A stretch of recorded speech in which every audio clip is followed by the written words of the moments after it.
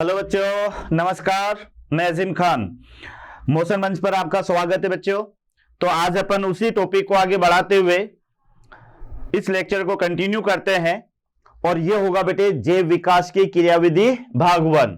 तो अभी तक अपन ने बेटे इसके 3 पार्ट को पूरा किया है जैव विकास को, और वह 3 पार्ट कौन से हैं तो ये आपको भी पता होगा कि उसमें पहला पार्ट तो था बेटे हमारे पास में यानी जीवन की उत्पत्ति, क्लियर।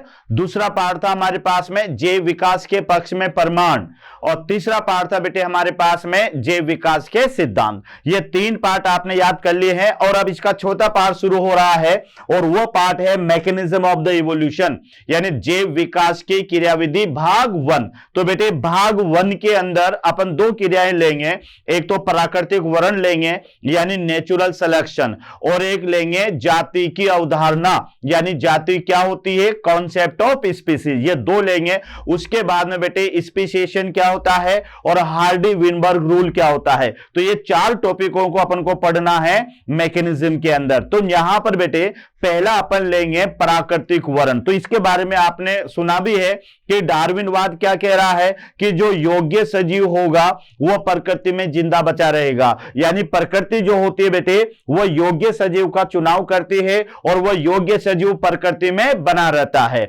अब ये जो योग्य सजीव है यह आया कहां से, कौन कौन से इसके बारे में हम प्रमाण देंगे। तो बेटे याद रखना इसमें डेवेनपोर्ट का भी अपन पढ़ेंगे, है ना, डेवेनपोर्ट का प्रयोग पढ़ेंगे, औद्योगिक अतिकर्षणता पढ़ेंगे अपन, यानी डेवनपोर्ट ने तो क्या किया बच्चों कि चितकबरे और सफेद चूजों को वातावरण में छोड़ दिया, है ना। तो सफेद चूजे वातावरण में स्पष्ट नजर आने लगे तो उनका शिकार ज्यादा हुआ, और चितकबरे चूजे वातावरण में कम नजर आए तो उनका शिकार कम हुआ और वह संख्या में बढ़ते गए।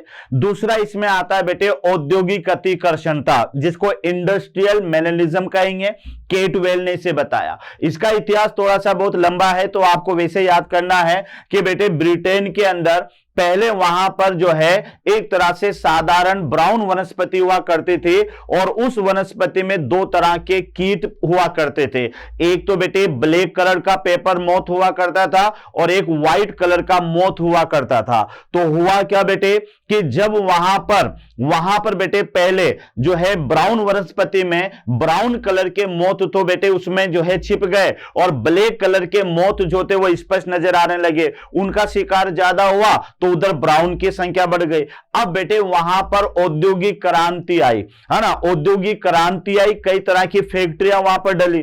तो फैक्ट्रियां डली तो उस समय इलेक्ट्रिसिटी नहीं थी, तो फिर उसमें धुएं का प्रयोग, ज्यादा धुआं निकलने लगा बेटे, लकड़ियों का प्रयोग होने से धुआं निकलने लगा। तो धुएं निकलने से जो वनस्पति पहले ब्राउन थी अब वो ब्लैक हो गई। तो ब्लैक होते हैं बेटे ब्लैक मोथ तो अब उसमें जो है छिप गए, लेकिन जो भूरे मोथ है वो स्पष्ट नजर आने लगे। तो भूरे मोथ का शिकार ज्यादा होने लगा तो ये संख्या में कम हो गए और ब्लैक पेपर मोथ वहां पर बढ़ गए। अब बेटे इलेक्ट्रिसिटी का विकास हुआ तो फैक्ट्रियों में बेटे अब जो है लकड़ी की जगह पर किसका जो है यूज होने लगा, यानी इलेक्ट्रिसिटी का। तो धुआं निकलना बंद हुआ तो वनस्पति वापस भूरी हो गई, और जैसे वनस्पति वापस भूरी हुई तो भूरे मोथ तो उसमें बेटे छिप गए, लेकिन ब्लैक मोथ स्पष्ट नजर आने लगे, उनका शिकार ज्यादा होने लगा तो ब्लैक मोथ कम हो गए और भूरे मोथ यहां पर बढ़ गए। यानी किसका बढ़ना किसका घटना यह प्रकृति पर निर्भर करता है। उसके अलावा बेटे डीडीटी का प्रयोग आपने सुना होगा कि पहले जो है घरों घरों में बेटे डीडीटी छिड़का जाता था, और डीडीटी जब छिड़का जाता था तो मच्छर उसमें मर जाया करते थे। लेकिन कुछ मच्छर ऐसे हैं बेटे जो डीडीटी के प्रति प्रतिरोधी हो गए। तो अब धीरे धीरे क्या हुआ कि जो डीडीटी के प्रति प्रतिरोधी हो गए वो तो बढ़ते गए, और जो डीडीटी के प्रति प्रतिरोधी नहीं वो मरते गए। तो एक समय ऐसा आ गया कि अब वर्तमान में बेटे सारे के सारे मच्छर क्या है, डीडीटी के प्रति प्रतिरोधी है। और इसका चौथा उदाहरण अपन यहां पर लेंगे सिकल सेल एनीमिया। यानी सिकल सेल एनीमिया का मतलब यह है कि आरबीसी प्लाज्मोडियम जो है बेटे, यानी आरबीसी वो प्लाज्मोडियम से बचने के लिए अपने आप को सिकोड़ लेती है, और उसके सिकुड़ने से क्या होता है, हीमोग्लोबिन की जो संरचना है जिसमें ग्लूटामिक अमीनो एसिड है वो वेलिन अमीनो एसिड में चेंज हो जाता है, और इसके चेंज हो जाने से उस आरबीसी की ऑक्सीजन परिवहन क्षमता घट जाती है, और वह आरबीसी एक तरह से एक रोग पैदा करती है जिसको सिकल सेल एनीमिया कहते हैं। तो आइए इसको अपन डिटेल लेते हैं। तो सबसे पहला क्रियाविधि का पहला पार्ट होगा बेटे, और ये पार्ट होगा हमारे पास में यानी प्राकृतिक वर्ण। तो यहां पर आप ध्यान रख लें कि पहला जो पार्ट होगा ये होगा प्राकृतिक वर्ण, जिसे आप कहेंगे नेचुरल सिलेक्शन। नेचुरल सिलेक्शन यानी प्राकृतिक वर्ण, यानी प्राकृतिक वर्ण। तो प्राकृतिक वर्ण क्या है? प्रकृति के द्वारा योग्य जंतु का चुनाव करना, यह प्राकृतिक वर्ण कहलाता है। यानी इसमें आप ये सोच सकते हैं बेटे कि जो जंतु अपने आप को प्रकृति के रहने योग्य बना लेगा, यानी यहां पर आप लिख सकते हैं कि जो जंतु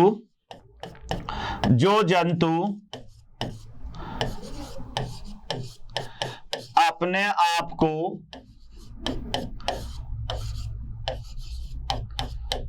प्रकृति के अनुसार ढाल लेता है,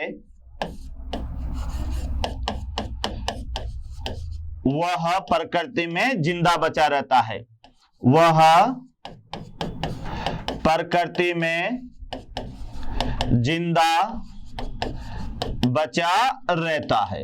तो यहां आप देख लें बेटे, यानी इसका पहला पॉइंट कि प्रकृति के द्वारा योग्य जंतु का चुनाव करना, यह प्राकृतिक वर्ण कहलाता है। यानी इसे अपन क्या बोलेंगे? यानी प्राकृतिक वर्ण। तो ये थोड़ा सा यहां रखना।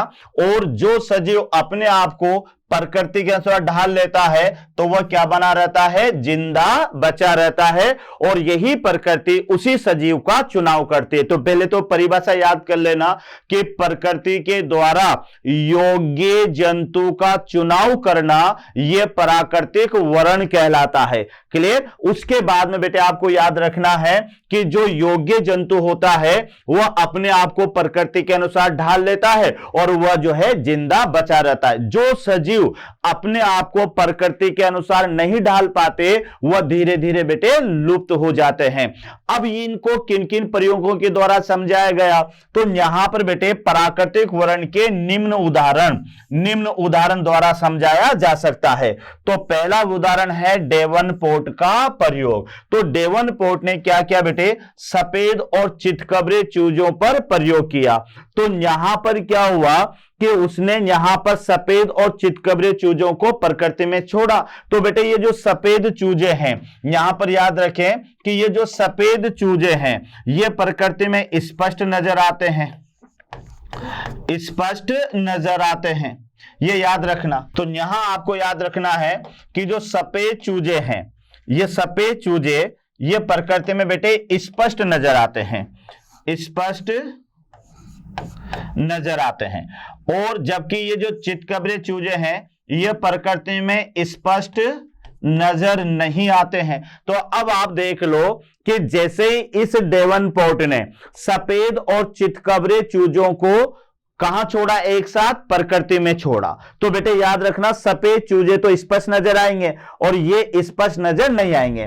तो जब ये स्पष्ट नजर आएंगे तो इनका शिकार ज्यादा होगा।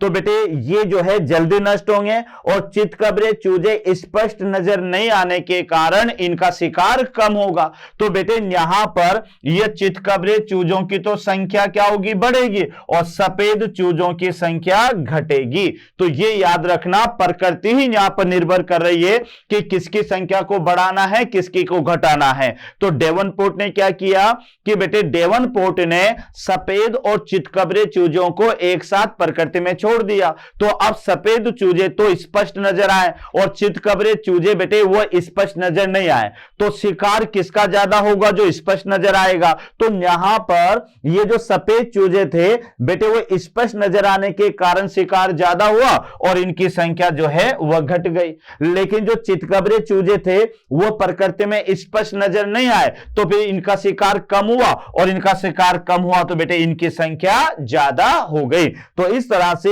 ये तो था डेवनपोर्ट का प्रयोग। तो डेवनपोर्ट ने बेटे किस पर प्रयोग किया? सफेद और चितकबरे चूजों पर प्रयोग किया। इसी तरह से अगला है बेटे औद्योगिक अतिकर्षण था, यानी इसको कहोगे इंडस्ट्रियल मैलेनिज्म। इंडस्ट्रियल मैलेनिज्म, जिसको दिया गया बेटे यानी बर्नार्ड केटवेल ने, है ना, बर्नार्ड केटवेल ने इसको दिया। अब ये क्या है, इसके बारे में अपन यहां पर आगे देखते हैं, यानी औद्योगिक अतिकर्षणता। तो औद्योगिक अतिकर्षणता में यानी यहां पर आपको याद रखना है बेटे, यानी दो तरह के मौत हुआ करते थे यहां पर, यानी औद्योगिक अतिकर्षणता में एक तो यहां पर व्हाइट मौत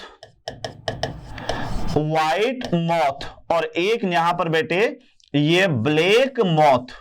ये दो तरह के पेपर मौत उसने लिए, व्हाइट मौत और एक यहां पर बेटे यानी ब्लैक मौत। अब इसकी कहानी है, जैसे मैंने आपको बताया कि बेटे यहां पर इंग्लैंड में यानी ब्रिटेन में दो तरह की वनस्पति होती थी, एक तो बेटे ग्रे और एक होती है ब्लैक। तो यहां पर आप देखिएगा कि पहले वहां पर वनस्पति थी बेटे यानी ग्रे कलर की या जो है ब्राउन कलर की, तो वहां पर ब्राउन कलर की, तो ये जो व्हाइट मौत है इन्हें आप बेटे ब्राउन मौत भी आप समझ सकते हैं, यानी ब्राउन मौत। और एक मौत कैसे होंगे, यानी ब्लैक मौत। तो समझो ध्यान से कि अगर यहां पर ब्राउन मौत है तो ये ब्राउन वनस्पति में स्पष्ट दिखाई नहीं देंगे, और ये ब्लैक मौत है तो ब्लैक वनस्पति में स्पष्ट दिखाई नहीं देंगे। तो क्या हुआ बेटे कि इंग्लैंड में पहले की वनस्पति ब्राउन थी, तो वहां उस समय ब्राउन मौत ज्यादा हुआ करते थे और ब्लैक मौत कम हुआ करते थे। जैसे ही बेटे औद्योगिक क्रांति आई, तो औद्योगिक क्रांति आई तो वहां पर कई प्रकार की फैक्ट्रियां डली, और कई प्रकार की फैक्ट्रियों के डलने से क्या हुआ बच्चों कि कई प्रकार की फैक्ट्रियों के डलने से वहां पर लकड़ी का यूज होने लगा, और लकड़ी के प्रयोग से धुआं ज्यादा निकलने लगा, तो अब वनस्पति वहां पर ब्लैक हो गई। तो बेटे ब्लैक हो गई तो ये ब्लैक मौत वहां पर जो है उसके अनुसार ढल गए, यानी ये स्पष्ट नजर नहीं आने लगे। लेकिन जो ब्राउन मौत थे ये स्पष्ट नजर आने लगे। तो बेटे ब्राउन मौत का शिकार ज्यादा हुआ तो ये संख्या में कम हो गए, और ब्लैक मौत उसमें जो है छिप गए तो ये संख्या में ज्यादा बढ़ गए। फिर कई सालों बाद में बेटे फिर इलेक्ट्रिसिटी का विकास हुआ। जैसे बिजली का विकास हुआ तो फैक्ट्रियों के अंदर क्या हुआ, बिजली का प्रयोग होने लगा। बिजली के प्रयोग से बेटे अब जो है धुआं निकलना वह बंद हो गया, तो वहां की वनस्पति वापस ब्राउन हो गई। और जैसे वनस्पति वापस ब्राउन हुई तो बेटे ब्राउन मौत तो वनस्पति के अनुसार ढल गए, है ना, लेकिन ब्लैक मौत जो है वह फिर स्पष्ट नजर आने लगे। तो ब्लैक मौत का शिकार ज्यादा हुआ तो अब यह संख्या में कम हो गए, और ब्राउन मौत का शिकार कम हुआ तो वह संख्या में वापस बढ़ गए। तो इस तरह से संख्या में बढ़ना या घटना यह भी प्रकृति के ऊपर निर्भर करता है। तो इसे कहते हैं औद्योगिक अतिकर्षणता। आगे बढ़े अपन तो बेटे अगला हमारे पास में आता है यानी ड्रग्स रेजिस्टेंस। इसको आप कहोगे ड्रग रेजिस्टेंस, यानी ड्रग रेजिस्टेंस। तो यहां पर बेटे डीडीटी का मच्छरों पर प्रभाव कम होना, यानी यहां पर क्या हुआ बेटे, कुछ मच्छर पहले DDT dichloro diethyl phenyl urea, DDT dichloro diethyl urea होता है बेटे ये। तो डीडीटी के प्रति मच्छरों पर प्रभाव कम हो गया, तो कुछ मच्छर यानी कुछ मच्छर पहले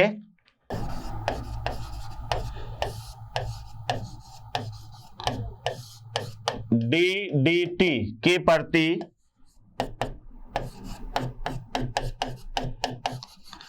प्रतिरोधी हो गए। यानी बेटे यहां पर क्या हुआ, हाँ तो बेटे यहां पर ध्यान रखना, तो कुछ मच्छर पहले डीटी के प्रति प्रतिरोधी हो गए। इसका अगर आप याद करना चाहें तो डाइक्लोरो डाइथाइल ट्राइक्लोरोएथेन।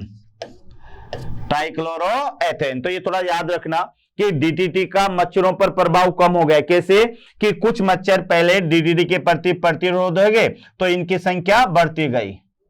तो क्या हुआ बेटे, इनकी संख्या बढ़ती गई, याद रखना है इनकी संख्या बढ़ती गई। और जो अपने आप को डीडीटी के प्रति प्रतिरोधी नहीं बना पाए तो धीरे धीरे बेटे क्या हुआ, उनकी संख्या घटती गई। तो यहां आप देख लें कि दूसरा था हमारे पास में औद्योगिक प्रतिरोधकता, जिसमें आपको याद करना है तो डीडीटी का मच्छरों पर प्रभाव बेटे कम हो गया, कुछ मच्छर डीडीटी के प्रति प्रतिरोधी हो गए जिनकी संख्या तो बढ़ती गई, और जो इनके प्रति प्रतिरोधी नहीं हो पाए उनकी संख्या घटती गई। उसके बाद में बेटे एक आता है सिकल सेल एनीमिया। नॉर्मल हमारे आरबीसी इस तरह से होती है, लेकिन बेटे इस रोग में ये इस तरह से हंसियाकार हो जाती है। तो होता क्या है कि यहां पर बेटे मलेरिया प्रभावित क्षेत्रों में, यह भी याद रखना, मलेरिया प्रभावित क्षेत्रों में आरबीसी प्लाज्मोडियम, आरबीसी प्लाज्मोडियम से बचने के लिए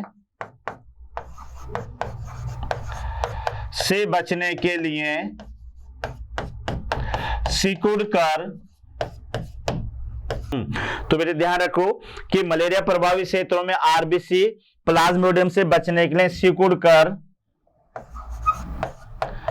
हंसियाकार हो जाती है, सिकुड़कर हंसियाकार हो जाती है, सिकुड़कर हंसियाकार हो जाती है। जिससे क्या होगा बेटे, जिससे उसकी हीमोग्लोबिन की संरचना में बदलाव आता है, जिससे आरबीसी हंसियाकार हो जाती है, जिससे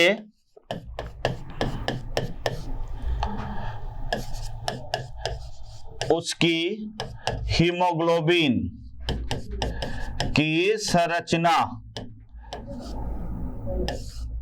में बदलाव आता है, बदलाव आ जाता है,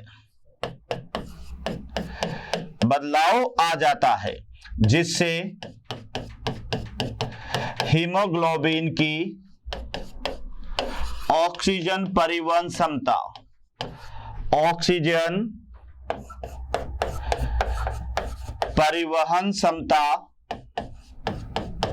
बाधित होती है, परिवहन क्षमता बाधित होती है। तो यहां आप देख ले बेटे, यानी इसमें क्या होगा कि नॉर्मल ये हीमोग्लोबिन है, तो इस हीमोग्लोबिन में एक एसिड होता है जिसको कहेंगे ग्लूटामिक अमीनो एसिड, और ये जो ग्लूटामिक अमीनो एसिड है ये है नॉर्मल हीमोग्लोबिन, नॉर्मल हीमोग्लोबिन। अब यहां पर ये होगा बेटे सिकल सेल यानी अफेक्टेड हीमोग्लोबिन, ये होगा अफेक्टेड हीमोग्लोबिन। तो इसमें क्या होगा, ग्लूटामिक एमिनो एसिड की जगह पर आ जाएगा यानी वैलिन अमीनो एसिड। तो ये थोड़ा सा याद रखना है कि बेटे नॉर्मल हीमोग्लोबिन में ये ग्लूटामिक अमीनो एसिड होता है, कहां पर, इसकी जो है बीटा चेन में बदलाव आएगा। बेटे ये ध्यान रखना, बीटा चेन के 6 पोजीशन पर, बीटा चेन की 6 पोजीशन पर ये बदलाव आता है। तो इस 6 पोजीशन पर जो ग्लूटामिक एमिनो एसिड होता है ये होता है वैलिन अमीनो एसिड, और इस वजह से यह आरबीसी जो है सिकुड़कर और यह हंसियाकार हो जाती है। तो ये था हमारे पास में प्राकृतिक वर्ण। तो बेटे प्राकृतिक वर्ण में आपको याद रखना है कि प्रकृति के द्वारा ही सजीव का चुनाव किया जाता है, और इसके लिए अपन ने बेटे 4 उदाहरण देखे। वो उदाहरण आपको याद होना चाहिए कि पहला उदाहरण तो डेवनपोर्ट का था जिसने चितकबरे और सफेद चूजों को प्रकृति में छोड़ा। तो सफेद चूजे तो बेटे स्पष्ट नजर आने के कारण उनका शिकार हुआ, वो संख्या में घटते गए, और चितकबरे चूजों का प्रकृति में नजर नहीं आने के कारण शिकार कम हुआ तो वह प्रकृति में बढ़ते गए। उसके बाद में औद्योगिक अतिकर्षणता है जिसमें भी अपन ने ब्राउन और ब्लैक मोथ के बारे में बताया। उसके बाद में बेटे डीडीटी का प्रभाव है यानी औषधि प्रतिरोधकता, और लास्ट में आया सिकल सेल एनीमिया। ठीक है, इसके बाद में अपन आते हैं, तो आगे अपन बढ़ते हैं प्राकृतिक वर्ण से। अगला टॉपिक आएगा हमारे पास में इसका, ये होगा बेटे यानी जातीय अवधारणा, यानी इसको आप कहोगे स्पीसीज कॉन्सेप्ट, स्पीसीज कॉन्सेप्ट यानी जाति की अवधारणा। यानी जाति क्या होती है ये आपको यहां पर लेंगे बेटे इसमें, यानी टोटली अपन को जाति के बारे में बताना है। तो पहले तो यहां पर जाति क्या है, यानी पहला पॉइंट याद रखना बेटे, यानी जाति या स्पीसीज क्या है, स्पीसीज। तो ये याद रखना बेटे कि जो स्पीसीज होती है ये वर्गीकरण की सबसे छोटी इकाई है। एक तो ये याद रखना कि स्पीसीज जो होती है ये वर्गीकरण की सबसे छोटी इकाई है, वर्गीकरण की सबसे छोटी इकाई। तो ये याद रखना बेटे, वर्गीकरण की सबसे छोटी इकाई। अब स्पीशीज जाति कहेंगे किसे, यानी सजीवों का वह समूह जो बाह्य और आंतरिक संरचना में समान दर्शाता है। लेकिन बेटे ये जो जाति शब्द है, यह भी आपको याद रखना है कि जाति जो शब्द है ये सबसे पहले किसने दिया, तो ये दिया बाय जॉन रे ने, यानी ये जाति शब्द दिया जॉन रे ने, ये ध्यान रखना। और जॉन रे ने क्या कहा कि जातियों का वह समूह जो बाह्य और आंतरिक संरचना में समान दर्शाता है, एक ही जाति के होते हैं। तो इसके अनुसार यहां पर आप देख लें, इसके अनुसार सजीवों का वह समूह, सजीवों का वह समूह जो बाह्य और आंतरिक, जो बाह्य तथा आंतरिक संरचना में समान हो, बाह्य तथा आंतरिक संरचना, आंतरिक संरचना में समान हो, एक ही जाति के होते हैं, एक ही जाति के होते हैं। तो ये थोड़ा सा याद रखना, ये तो किसके अनुसार लेंगे बेटे, जॉन रे के अनुसार। यानी जाति शब्द सबसे पहले जॉन रे ने दिया था, और जॉन रे ने क्या कहा कि सजीवों का वह समूह जो बाह्य और आंतरिक संरचना में समान हो वह एक ही जाति का होगा। यानी ये तो जॉन रे के अनुसार है। लेकिन बेटे कई सजीव ऐसे होते हैं कि बाह्य और आंतरिक संरचना में समान भी हो सकते हैं लेकिन उसमें जनन नहीं होगा, तो फिर उसे जाति नहीं मानेंगे। तो ये परिभाषा, तो सबसे पहले परिभाषा जो दी जाति की वह जॉन रे के द्वारा दी गई। तो कभी क्वेश्चन आ जाए कि जाति शब्द किसने दिया, तो फिर आपको याद रखना है जॉन रे ने दिया। जाति की आधुनिक परिभाषा किसने दी, तो यहां पर आप इसका तीसरा पॉइंट याद रखना बेटे, यानी जाति की आधुनिक परिभाषा, जाति की आधुनिक परिभाषा, जाति की आधुनिक परिभाषा। तो जाति की जो आधुनिक परिभाषा दी, ये दी बाय मेयर। ये याद रखना बेटे, ये परिभाषा किसके थ्रू दी गई, यानी मेयर के थ्रू। अब इसने क्या कहा, यानी मेयर के अनुसार, ये ध्यान रखना बेटे, मेयर के अनुसार, मेयर के अनुसार। यानी पहले समझ लो कि सबसे पहले जाति के बारे में बताया किसने, तो बेटे जाति के बारे में जॉन रे ने बताया। देखो वर्गीकरण में तो आपने देखा होगा कि संघ से, किंगडम से वर्गीकरण शुरू होता है। तो बेटे फाइला आता है, क्लास आती है ना, फैमिली मतलब ऑर्डर आता है, फैमिली आती है, जीनस आता है, और लास्ट में क्या आ जाता है, जाति। तो वर्गीकरण का सबसे छोटा टेक्सा जो है वो टेक्सा बेटे जाति होती है। तो वर्गीकरण की सबसे छोटी इकाई आपने क्या माने, जाति को माना। अब जाति क्या है, देखिएगा बेटे, मानव की दुनिया में एक ही जाति है। ये शर्मा जी, वर्मा जी, पठान साहब, अंसारी, ये कोई जातियां नहीं है, ये तो इंसानों के द्वारा बनाई गई जातियां हैं। मानव की दुनिया में एक ही जाति है और वह जाति है होमो सेपियंस सेपियंस। ये मानव की प्रजाति है बेटे। ऐसा नहीं है कि जो है यहां पर कोई तो जो है वर्मा जी है, कोई शर्मा जी है, कोई गुप्ता जी है, इनकी जाति है। ये जातियां तो बेटे अलग है, लेकिन मानव की एक ही प्रजाति है जिसे अपन होमो सेपियंस यहां पर कहेंगे। तो जॉन रे ने तो क्या कहा कि सजीवों का ऐसा समूह जो बाह्य और आंतरिक संरचना में समान हो। लेकिन बेटे मेयर ने इसमें एक शब्द और जोड़ दिया, वो जोड़ दिया जनन। तो देखो इसने कैसे दिया कि मेयर के अनुसार सजीवों का वह समूह, सजीवों का वह समूह, ध्यान से सुनना बेटे, सजीवों का वह समूह जो बाह्य तथा आंतरिक, बाह्य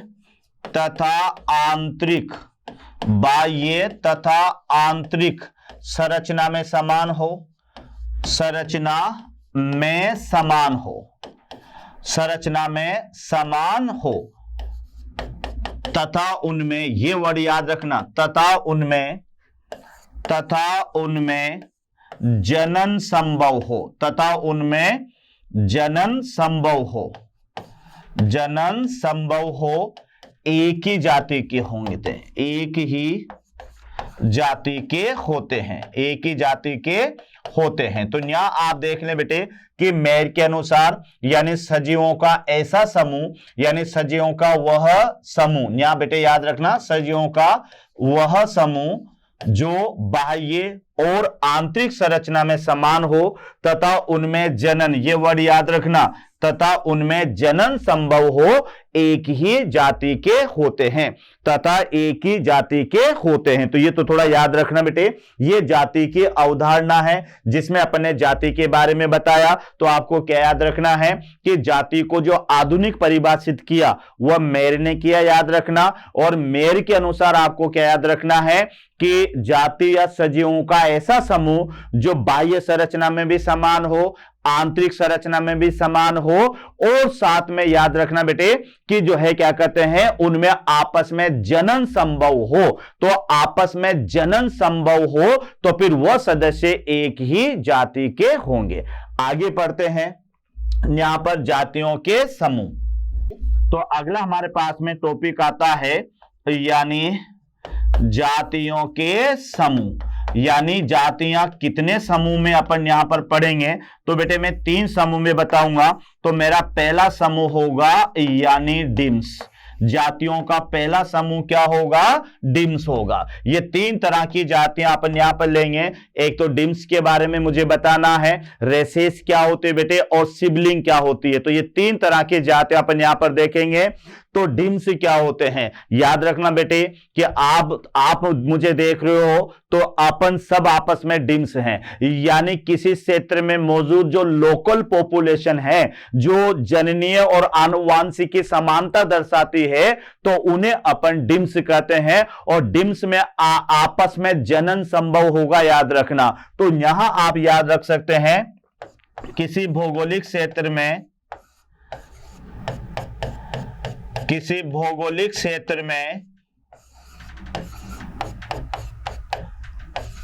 उपस्थित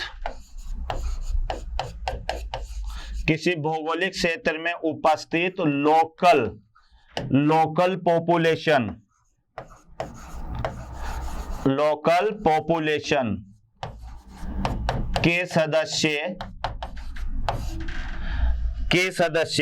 या लोकल पॉपुलेशन को डिम्स कहते हैं। ये तो सीधा याद कर लो आप। तो लोकल पॉपुलेशन के सदस्य डिम्स कहलाते हैं। यह आनुवांशिक रूप से समान होते हैं।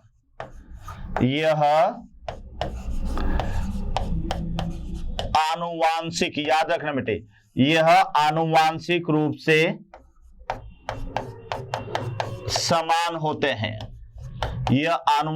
से समान होते हैं।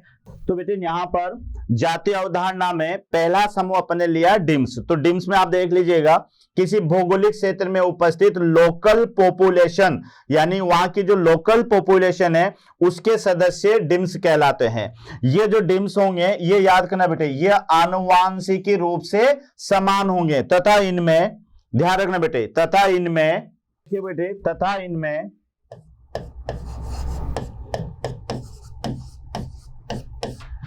प्रजनन संभव होगा। तो ये कहलाते हैं बेटे यानी डिम्स। और इसमें याद रखना एग्जाम्पल के रूप में याद कर लीजिएगा, यानी मनुष्य। मनुष्य। अब मनुष्य क्या है, जैसे अलग अलग क्षेत्र के मनुष्य, ये ध्यान रखना बेटे, अलग अलग क्षेत्र के। तो अलग अलग क्षेत्र के जो मनुष्य होंगे ये मनुष्य आपस में क्या होंगे बेटे, डिम्स होंगे। तो डिम्स क्या होते हैं एक बार और समझ लें कि किसी भौगोलिक क्षेत्र में मौजूद लोकल पॉपुलेशन के जो सदस्य हैं ये सदस्य आपस में डिम्स होते हैं। यह आनुवांशिकी रूप से भी समान होते हैं और साथ में बेटे इनमें प्रजनन भी संभव होता है। तो ये जननीय और आनुवांशिकी समानता दर्शाते हैं। तो याद रखना जननीय और आनुवांशिकी समानता दर्शाते हैं, तो ये कहलाते हैं डिम्स। अब डिम्स के अलावा बेटे दूसरे नंबर की जो है वह है रेसेस। वह है रेसेस यानी प्रजातियां। तो अब ये रेसेस क्या होते हैं बेटे, ये प्रजातियां क्या होती है, तो उन्हें आप देख लें। यानी किसी भी भौगोलिक क्षेत्र में पाए जाने वाली जातियों के छोटे छोटे समूह जो कि आनुवांशिकी और जननीय रूप से भिन्न भिन्न होते हैं। तो यहां आप देख लें, किसी भौगोलिक क्षेत्र में, किसी भौगोलिक क्षेत्र में उपस्थित छोटी छोटी प्रजातियों के समूह, प्रजातियों के समूह, छोटी छोटी प्रजातियों के समूह जो आनुवांशिकी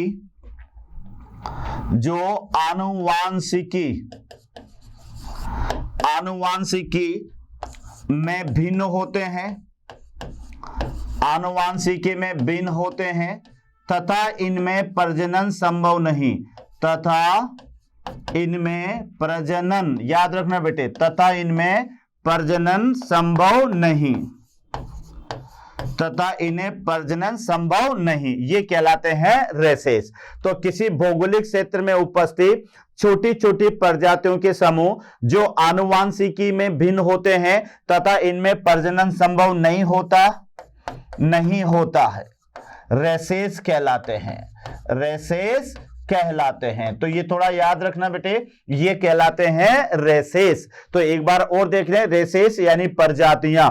तो प्रजातियों में ये होगा कि भौगोलिक क्षेत्र तो एक ही होगा, उस भौगोलिक क्षेत्र में बेटे अलग अलग छोटी छोटी समान रूप से थोड़ी भिन्न रूप से प्रजातियां वहां पर विकसित हो जाती है, जो आनुवांशिक रूप से भी अलग होती है और जिनके अंदर जनन भी संभव नहीं होता। इसके एग्जाम्पल में मैं आपको बता दूं तो बेटे इसका जो एग्जाम्पल है, जैसे मान लेते हैं कि यहां पर ये शेर अपन ले लेते हैं, उसके अलावा बेटे बाघ ले लेते हैं, उसके अलावा यहां पर तेंदुआ ले लेते हैं, है ना। तो ये आप देखो, ये सारे के सारे मौसेरे भाई बहन माने जाते हैं।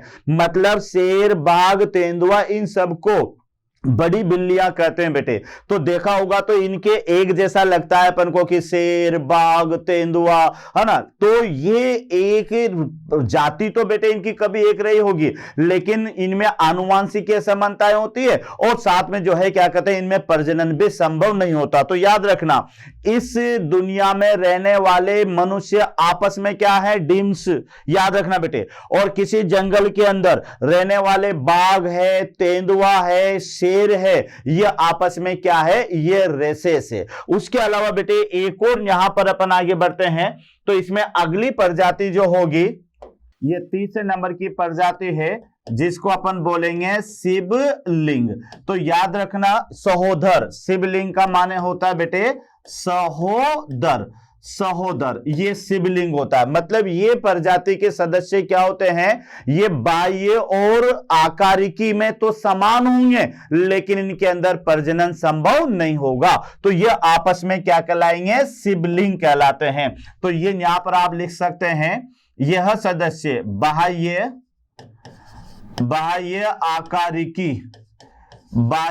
आकारिकी में समान दिखाई देते हैं, बाह्य आकारिकी में समान दिखाई देते हैं, बाह्य आकारिकी में समान दिखाई देते हैं, परंतु इनमें जनन संभव नहीं, परंतु इनमें जनन संभव नहीं होता, जनन संभव नहीं होता है। ये कहलाते हैं सिबलिंग कहलाते हैं। तो इन्हें आप कह सकते हैं सिबलिंग कहलाते हैं, सिबलिंग कहलाते हैं। तो ये थोड़ा सा याद रख लें कि यहां पर बेटे कि बाह्य आकारिकी में तो ये समान दिखाई देते हैं, बिल्कुल एक जैसे दिखाई देंगे, लेकिन ये इनमें जनन संभव नहीं होगा। और इसका एग्जाम्पल है ड्रोसोफिला की प्रजातियां, ड्रोसोफिला की प्रजातियां या ड्रोसोफिला की प्रजातियां, यानी एक तो ड्रोसोफिला परमिमिलस होता है और एक ड्रोसोफिला फिस्कोरिया होता है बेटे। ड्रोसोफिला फिस्कोरिया और ड्रोसोफिला परमिमिलस, ये दो ऐसे ड्रोसोफिला हैं जो दिखने में तो आपको बिल्कुल एक जैसे लगेंगे, ऐसा लगेगा कि एक ही जाति के सदस्य हैं, लेकिन आप क्या देखोगे कि इनके अंदर प्रजनन संभव नहीं होता। तो याद रखो बेटे कि सबसे पहले यहां पर ये डिम्स अपन ने यहां पर देखे, है ना। डिम्स के बाद में फिर आप यहां पर आएंगे रेसेस, और रेसेस के बाद में आप क्या याद करोगे, सिबलिंग याद करना। अब इनमें याद रखना बेटे डिम्स में क्या है, तो डिम्स में याद रखना जनन संभव है, यानी यह आनुवांशिक रूप से समान होंगे, और यहां पर याद रखना जनन संभव, यानी इसके अंदर जनन संभव है। यहां पर बेटे क्या होगा, जनन संभव नहीं, और इसमें भी क्या होगा, यानी सेम होगा बेटे, जनन संभव नहीं। बट यह है कि यह आकारिकी में अलग अलग दिखाई देंगे और यह आकारिकी में एक जैसे दिखाई देंगे। तो देख लो डिम्स में बेटे यह आकारिकी में अलग अलग दिखाई देंगे, लेकिन यह आनुवांशिकी और जन्य रूप से समान होंगे, तो इनमें जनन संभव होगा। रेसेस आकारिकी रूप से अलग अलग दिखाई देंगे, लेकिन इसमें भी जनन संभव नहीं होगा। सिबलिंग आकारिकी रूप से समान दिखाई देंगे, लेकिन फिर भी बेटे इसमें जो है जनन संभव नहीं होगा। तो ये तो थे हमारे पास में जातियों के समूह। अब जाति की अवधारणा पर आते हैं अपन बेटे कि जाति की कौन कौन सी अवधारणा है, यानी यहां पर जाति की यानी species of type of species of concept. तो आगे अपन जाते हैं जाति अवधारणा के प्रकार। यहां पर आप ले लें तो अगला टॉपिक जो हमारा होगा यह हमारा होगा बेटे जाति अवधारणा के प्रकार, यानी यहां पर आप इसे लें जाति अवधारणा के प्रकार। जाति अवधारणा के प्रकार यानी type of concept of species. तो सबसे पहले अपन यहां पर लेंगे बेटे biological concept of species. Concept of species यानी पहले अपन यहां पर लेंगे यानी जैविक जाति अवधारणा, इसको आप लिख सकते हैं यानी जैविक जाति अवधारणा। जैविक जाति अवधारणा। तो बेटे जैविक जाति अवधारणा क्या है, बिल्कुल सिंपल है, यानी कैसे याद करना है कि इस धारणा के अनुसार जो सदस्य आपस में जनन करते हो वह एक ही जाति के कहलाएंगे, क्योंकि बायोलॉजिकल तो यही है बेटे कि बायोलॉजिकल यानी जनन करने वाले जीवों का समूह जाति कहलाती है। तो इस धारणा के अनुसार याद रखना बेटे, इस धारणा के अनुसार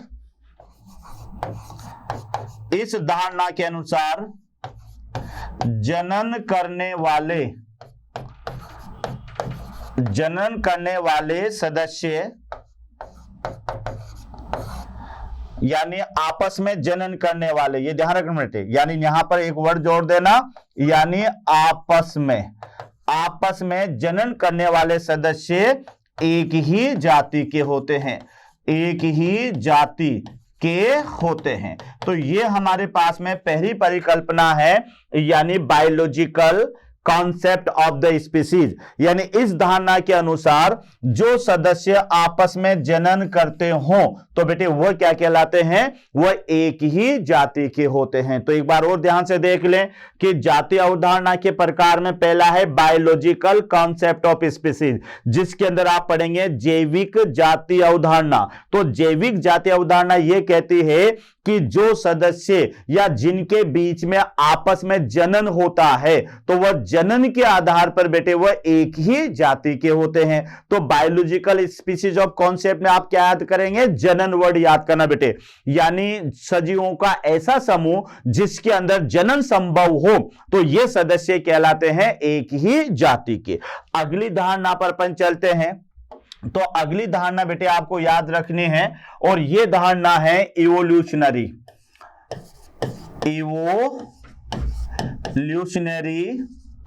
concept of species. Concept of species यानी इवोल्यूशनरी कॉन्सेप्ट, यानी इसको आप कह सकते हैं बेटे विकासीय जाति अवधारणा, विकासीय जाति अवधारणा, विकासीय जातीय अवधारणा। अब ये जो विकासीय जातीय अवधारणा क्या है, तो बेटे यहां पर यह धारणा आपको क्या कहेगी कि यह कहेगी कि प्रत्येक जाति पहले से मौजूद जाति से अलग हुआ समूह है। यानी इस धारणा के अनुसार आपको याद रखना है, इस धारणा के अनुसार, इस धारणा के अनुसार प्रत्येक जाति पहले किसी जाति से अलग हुआ समूह है, पहले किसी जाति से, पहले किसी जाति से अलग हुआ समूह है, पहले किसी जाति से अलग हुआ समूह है। जैसे यहां पर मैं बोल रहा हूं कि पहले जैसे बेटे मोनोटाइपिक, मोनोटाइपिक जाति। अब मोनोटाइपिक जाति क्या होती है बेटे कि यहां पर ये ए है तो इससे क्या बना होगा बी, और बी से क्या बना होगा सी होगा। यानी यहां पर बेटे क्या होता है कि एक जाति पहले वाली जाति से विकसित होती है और बाद में वो विलुप्त हो जाती है। तो मोनोटाइपिक जाति में ये होता है बेटे कि जैसे ए से बी बनेगा तो ए लुप्त हो जाएगी, और बी फिर किसमें सी में बनेगा तो फिर बी लुप्त हो जाएगी। यानी यहां पर जो है ये जाति एक ही रूप में आगे बढ़ती है, मतलब अगर सी बनी तो बी लुप्त हो जाएगी, और जब बी बनी होगी तो ए लुप्त हो जाएगी। तो ऐसी जातियां जो एक ही जाति से आगे चलकर बनती है वो तो मोनोटाइपिक जातियां कहलाती है। और एक यहां पर होता है बेटे polytypic species, polytypic species, polytypic जाति। अब पॉलीटाइपिक जाति आप कैसे याद करोगे कि जैसे ए है, अब इस ए से बेटे यहां पर बी भी बनेगा, यहां पर सी भी बनेगी और यहां पर डी भी बनेगी। यानी एक ही जाति से अनेक जातियों का विकास, या एक जाति से एक जाति का विकास। याद रखना बेटे एक से यहां पर एक बनेगा, लेकिन यहां पर याद कर लें कि एक पूर्वज जाति से, एक पूर्वज जाति से अनेक जातियों का विकास, अनेक जातियों का विकास, अनेक जातियों का विकास। तो ये थोड़ा याद रख लें। और पहले वाली जाति भी बनी रहेगी। यहां पर क्या होगा कि एक जाति से एक जाति बनेगी और पहले वाली जाति विलुप्त हो जाएगी। बच्चों याद रखना, तो मोनोटाइपिक जाति तो वह होती है जिसमें एक जाति से एक ही बनती है और पहले वाली जाति विलुप्त हो जाती है। और पॉलीटाइपिक जातियां वो होती है बेटे कि एक पूर्वज जाति से अनेक जातियां बनती है और पहले वाली जाति भी यहां पर बनी रहती है। तो ये तो था हमारे पास में, यानी evolutionary concept of the species, विकासीय जातीय अवधारणा, जिसमें आपको याद रखना है कि इस धारणा के अनुसार जाति पहले किसी अलग जाति से अलग हुआ समूह होती है। यानी पहले किसी जाति से, तो ओ बी से लेके आज अपन बने हैं, अपन क्रो-मैग्नोन से बने, वो किसी और मैन से बना, वो किसी और मैन से बना। तो प्रत्येक जाति का जो विकास है बेटे पहले से मौजूद किसी न किसी जाति से तो हुआ होगा। तो ये तो हमें क्या है, यानी बायोलॉजिकल के अलावा इवोल्यूशनरी कॉन्सेप्ट। दूसरा अपने पास में आता है बेटे, तो ये कॉन्सेप्ट जो हमारे पास में आती है ये आती है टिपोलॉजिकल कॉन्सेप्ट। यानी कौन सी कॉन्सेप्ट अगले अपन देखते हैं, तो ये कॉन्सेप्ट हमारे पास में आएगी। तो तीसरी अवधारणा है हमारे पास में टिपोलॉजिकल अवधारणा, यानी ये है बेटे typological concept of species, concept of species यानी प्रतीकात्मक, प्रतीकात्मक जातीय अवधारणा, जातीय अवधारणा, प्रतीकात्मक जातीय अवधारणा। अब बेटे ये प्रतीकात्मक जातीय अवधारणा क्या है, इसको आप ध्यान से समझो। जैसे आपने देखा होगा कि बंदर है, अब बंदर की जातियों में आपको एक विशेष गुण नजर आएगा। क्या गुण नजर आएगा कि बंदर उछल कूद ज्यादा करते हैं। तो जो अपन जानते हैं कि कोई सदस्य उछल कूद ज्यादा करता है तो अपन क्या बोल देते हैं, अबे बंदर है क्या। तो यहां पर आपको याद करना है कि इस अवधारणा के अनुसार जो जाति के सदस्य बेटे वो विशेष प्रारूप या विशेष लक्षण प्रारूप को समान दर्शाते हैं। तो समान लक्षण प्रारूप के आधार पर अपन कह सकते हैं कि ये किसी एक जाति के होंगे। तो इसको इस तरह से याद रखना, इस अवधारणा के अनुसार, इस अवधारणा के अनुसार किसी जाति के सदस्य, किसी जाति के सदस्य लक्षण प्रारूप या किसी जाति के सदस्य समान लक्षण प्रारूप, समान लक्षण प्रारूप प्रदर्शित करते हैं, समान लक्षण प्रारूप प्रदर्शित करते हैं। अर्थात ऐसे याद कर ले बेटे, अर्थात विशेष लक्षण में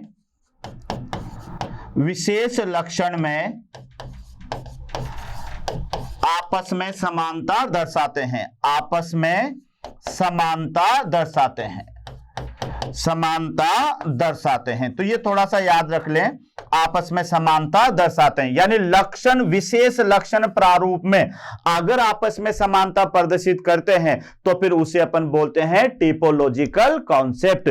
यानी जैसे मानव है, मानव एक सामाजिक प्राणी है बेटे, है ना। अपन जो भी क्रियाकलाप करते हैं वो एक सामाजिक प्राणी की तरह करते हैं। बंदर होते हैं बेटे वो उछल कूद करते हैं, भेड़े होते हैं अगर उनको साथ में एक साथ रेवड़ में घेर दो तो एक लाइन पे चलती है। यानी प्रत्येक जाति में किसी विशेष गुण के आधार पर बेटे समानता दर्शाई जाती है। तो ये लक्षण प्रारूप है। तो लक्षण प्रारूप के आधार पर जो जाति के सदस्य बेटे आपस में समानता दर्शाएंगे तो उसे कहेंगे अपन यानी प्रतीकात्मक जाति अवधारणा। तो एक बार अच्छी तरह से समझ ले बेटे, 3 तरह की जाति अवधारणा थी, एक तो बायोलॉजिकल, इवोल्यूशनरी और टिपोलॉजिकली। बायोलॉजिकली में सिर्फ इतना याद करना है, जनन के आधार पर जो जाति के सदस्य वो समानता दर्शाते हैं। जैव विकास के आधार पर याद करना है कि प्रत्येक जाति पहले वाली किसी जाति से अलग हुआ समूह होगी। अगर एक जाति से एक ही जाति का विकास होता है तो मोनोटाइपिक, और एक जाति से कई अन्य जातियों का विकास होता है तो पॉलीटाइपिक। टिपोलॉजिकल में याद रखना बेटे कि जाति के सदस्य विशेष लक्षण प्रारूप में आपस में समानता दर्शाएंगे। तो विशेष लक्षण के आधार पर, विशेष गुण के आधार पर अगर कोई जाति के सदस्य आपस में समानता दर्शाते हैं तो इसे अपन टिपोलॉजिकल बायोलॉजिकल कॉन्सेप्ट कहेंगे। तो ये टॉपिक था बेटे हमारे पास में, यानी कॉन्सेप्ट ऑफ स्पीशीज। और इसी के साथ में बेटे आपको एक बार फिर मोशन मंच की ओर से बहुत बहुत धन्यवाद। Thank you, very good. आशा करता हूं हमारे टॉप एजुकेटर का यह लेक्चर आपको पसंद आया होगा। अगर पसंद आया है तो वीडियो को लाइक करिए, चैनल को सब्सक्राइब करिए और शेयर भी करिए, क्योंकि ज्ञान बांटने से बढ़ता है और सही बताऊं तो पुण्य भी मिलता है। मुझे सुनने के लिए बहुत बहुत धन्यवाद। Thank you.